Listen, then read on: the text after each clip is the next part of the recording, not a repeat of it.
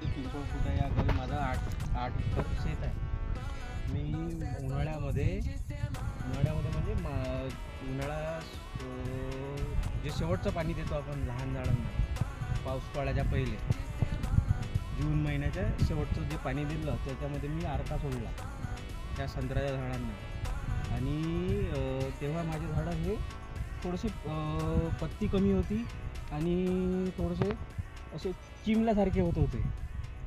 आणि त्याच्यानंतर त्याच्यात थोडासा पिवटपणा होता. आता माझे पानं हे झाडाचे एकदम ग्रीनरी झाली, नवतीसुद्धा पक्की झाली त्याच्यामुळे. आणि याच्यावर आम्ही नंतर स्प्रेसुद्धा घेतला त्याचा आर्काचा. स्प्रे घेतल्यानं पानं हे पाण्याची साईज मोठी झाली, थोडी चवडी झाली आणि नवतीसुद्धा पक्की झाली.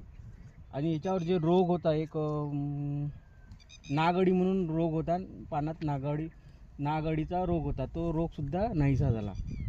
अशा तऱ्हेने हे आर्काचं आम्ही नियोजन केलं. आता याच्यानंतर मी आता हे अजून एक आर्काचा याच्यावर एक फवारा घेईल, स्प्रे घेईल